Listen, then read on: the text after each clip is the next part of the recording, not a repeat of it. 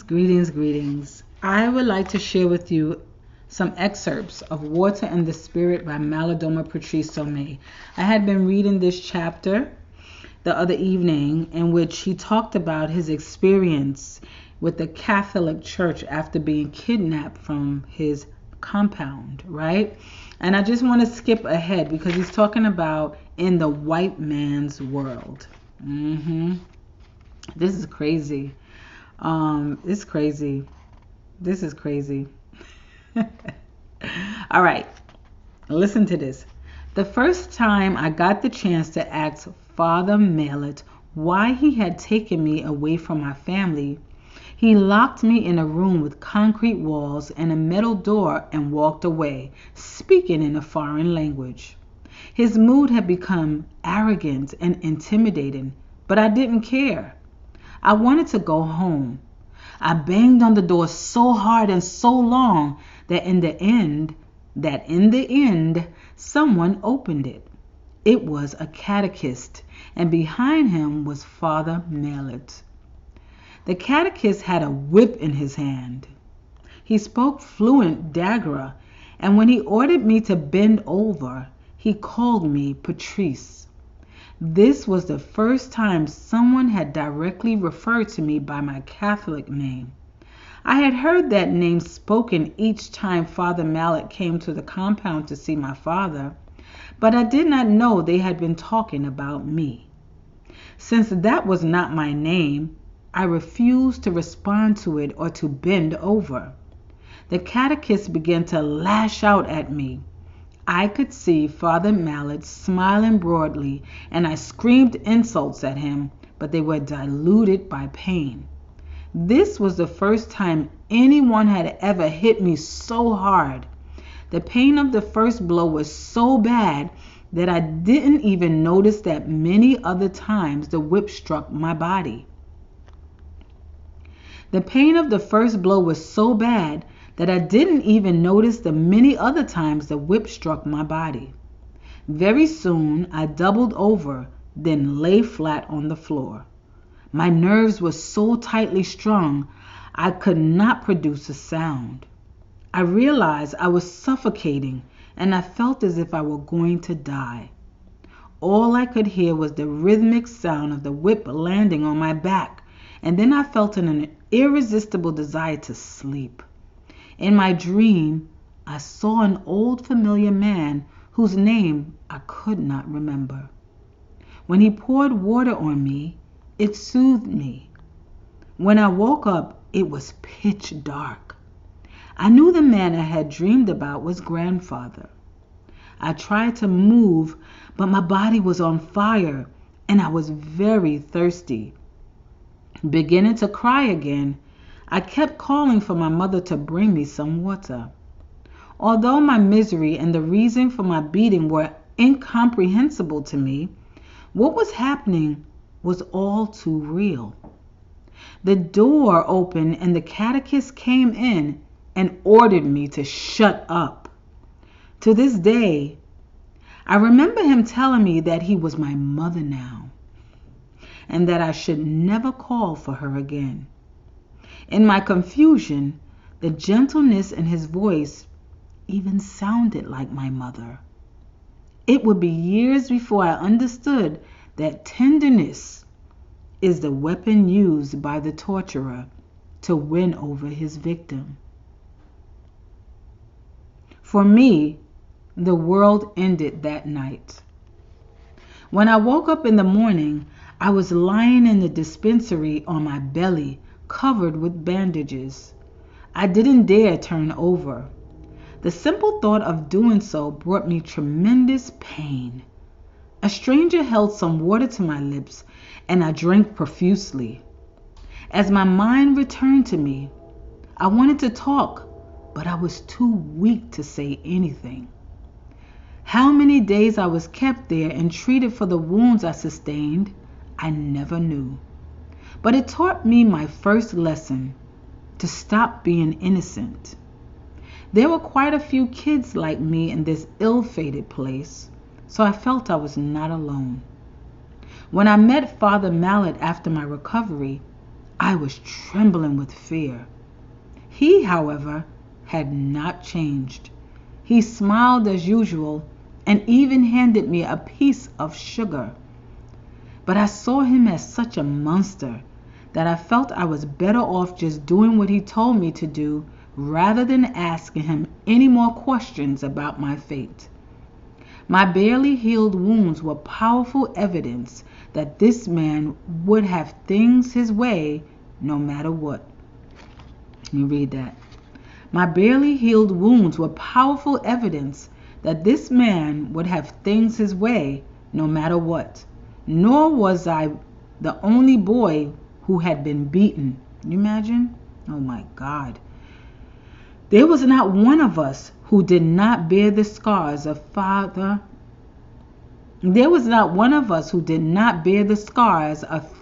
Mallet's rage. My life had become so absurd anyway that I felt as if I were in a bad dream that I would wake up from some day. If only I could stay with it. Okay, I'm going to read that part again. My life had become so absurd anyway that I felt as if I were in a bad dream that I would wake up from some day if only I could stay with it. Well, that's how he wrote it. Okay. Whether some unknown force had put the thought of hopes in my mind, I never knew. Meanwhile, I became submissive, though that meant losing all my enthusiasm and spontaneity. In my dream world, an impossible drama was unfolding. Reflecting on this event 20 years later with Manti, who had long ago retired, I realized that my instincts had been correct. On the mission hill, time stopped being my friend and became instead an overwhelming force. I could no longer tell how fast or how slow it moved. Something in me had stopped working.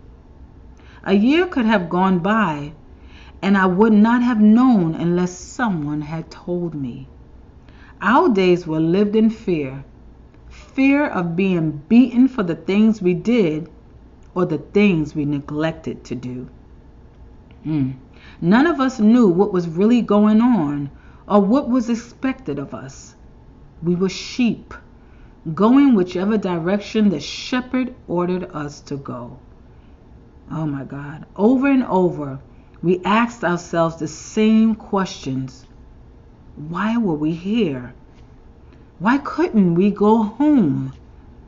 Why were we being taught French in order to go to Mass every morning, except on Sundays when we were hidden from the Christianized villagers who came to worship? Our own Sunday service began very early in the presbytery. It was a quick Mass, and we did not participate in the communion. One of the classes that have stayed most clearly in my mind was a French class taught by a teacher named Manti, the local name for Matthew. Every morning, Manti would flog us to inject a few letters of the alphabet into our recalcitrant brains. Ruthless, he held us under his tyrannic supervision from breakfast till noontime, using every trick he knew to make us learn. His task was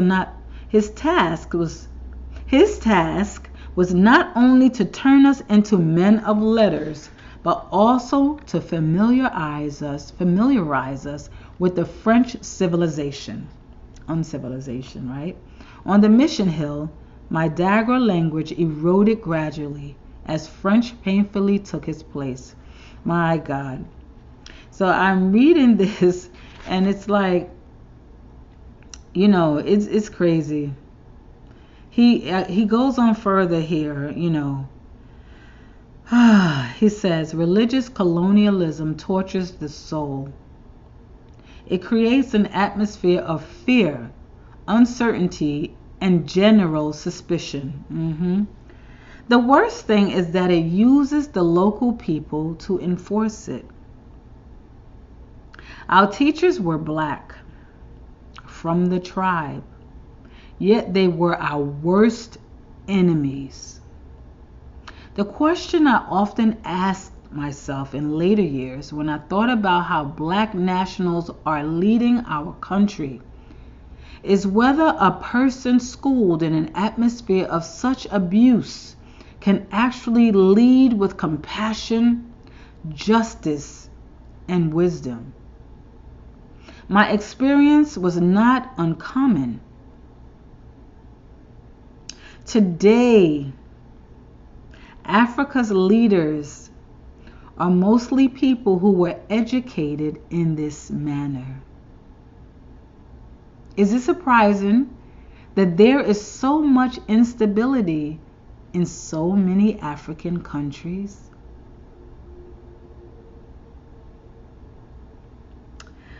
I'll let you ponder on our elders' words because I didn't know I was going to read this. I did not know I was going to read this. But I know nothing is by accident. And I do notice that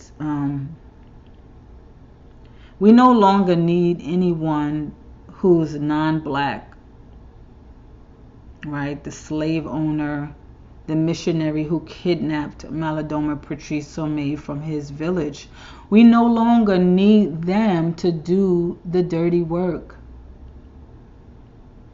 Because he says right here is that the worst thing is that it uses the local people to enforce itself, religious colonialism. So it's like whenever I'm talking to people and they sense that I'm like-spirited, the next thing they do is ask me, what's my religion?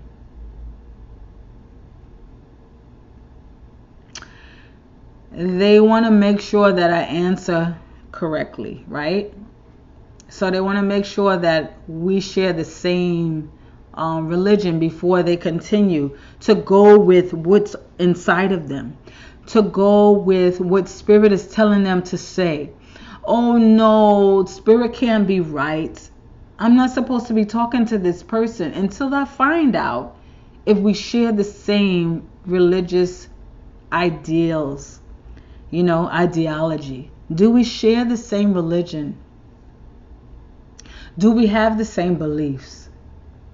But yet Spirit is guiding us and telling us to talk and have this conversation. You know how many times I have been reasoning with people? We have been vibing, you understand? Like the flow of Spirit was in the midst of us. And they will stop and ask themselves, what religion are you? Meanwhile, they feel the flow. They feel this connection. They feel something deep. And then they're like, okay, maybe she's a little, I don't know, maybe there's some other stuff going on. There's something I sense here that's a little different. And so they ask me, and I usually don't like to answer because I really don't subscribe to any one religion. I dance with a few. Let's just say that. Because I'm led by Spirit. I'm not led by words. Right? So even when he talked about, at one point, he talked about, Father Mallet offering him candy, something sweet. And he was like, this man is mean. I don't want anything from him. I remember one time being told that chocolate and sweets was of the devil, was wicked, by a particular leader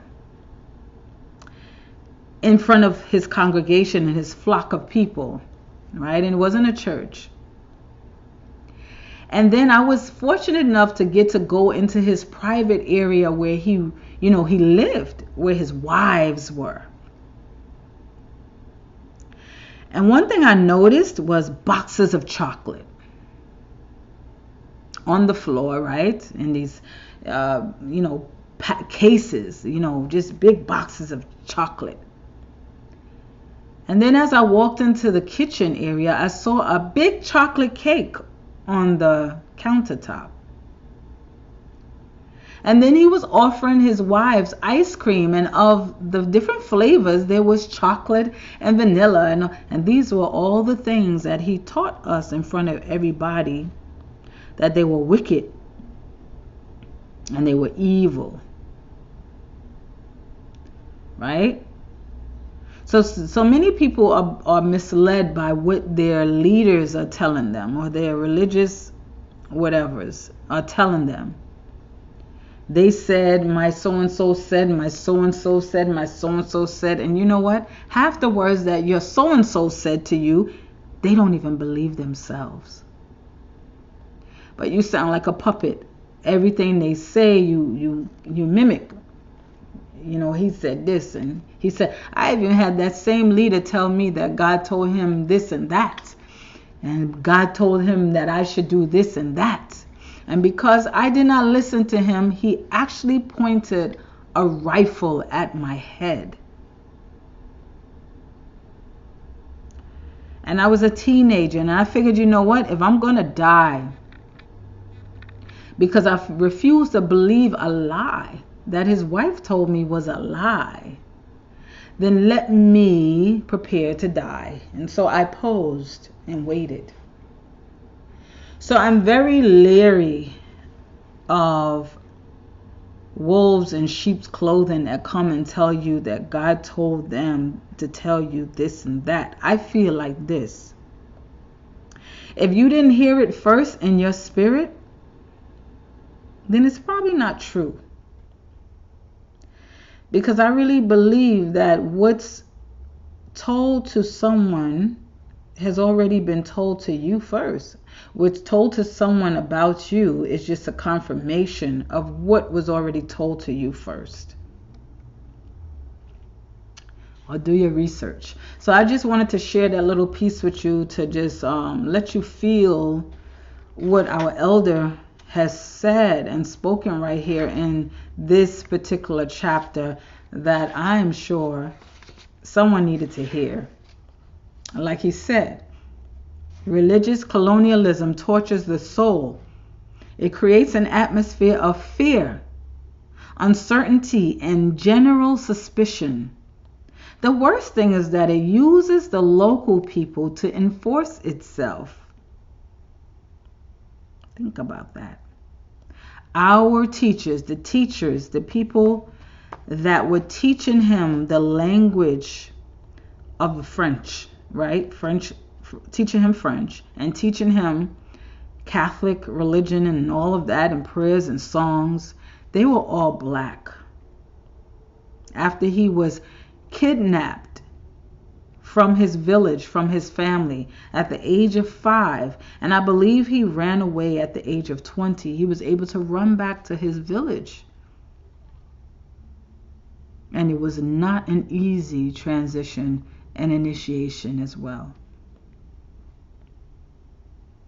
The question I often asked myself in later years when I thought about how black nationals are leading our country is whether a person schooled in an atmosphere of such abuse can actually lead with compassion, justice, and wisdom. Do you hear that? My experience was not uncommon. Today, Africa's leaders are mostly people who were educated in this manner.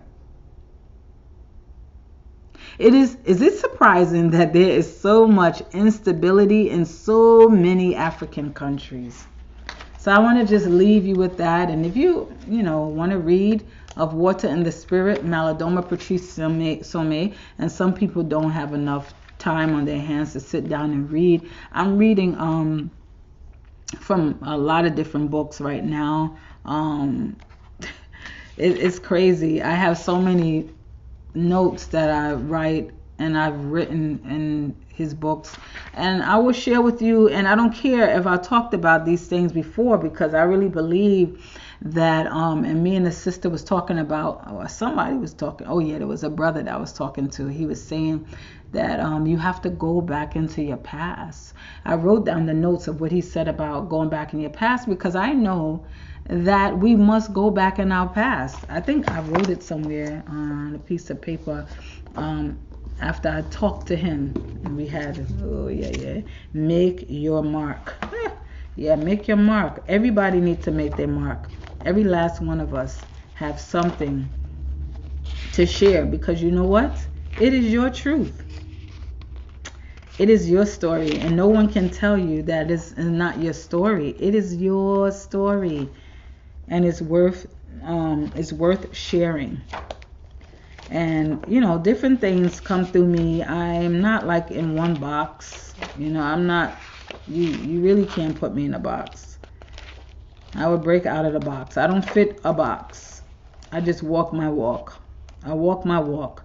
So if you're trying to figure out if I'm trying to, what do you call it? I'm just a wise woman. I'll just say that. I'll have to say who I am. But I'm not here to convert you. I'm not here to get you to buy something from me right now. I'm not selling something, but I will eventually, because what's good for me will be good for you, right? But right now, I'm not selling anything. I'm just sharing wisdom and the things that I'm learning as I go on my path, because life, is endless learning if you are open to learn. Some people think when they get a certain age, you know what, I'm done with learning. But that is foolishness. You should always be curious and open to learning new things. So I'm going to go. And eventually, next time I record, I'm not going to record over here because the lighting is not that great, even though it's daytime and the sun is out and it's bright. It's just not really doing anything for the position I'm sitting in. There's no light here to bring in, and if I have light over here, it'll be too bright, So I'm going to go finish baking my bread, and I will be back online to share some more from another book that I'm reading, and also from that book. But you know what we can do? We can go out with this song I was singing and listening to right here. That is powerful. At least I love it. I mean, I love a lot of music, but this one I was listening to and I just wanted to share with you. Yeah. Ooh, I love it.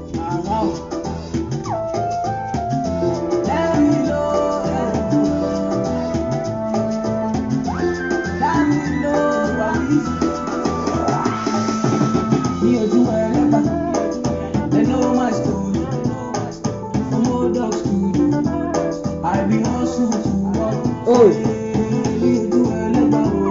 next time I'm gonna dance. Nice song.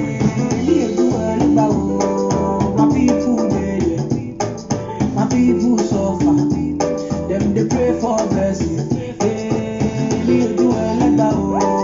My people them they pray for blessing, for better living.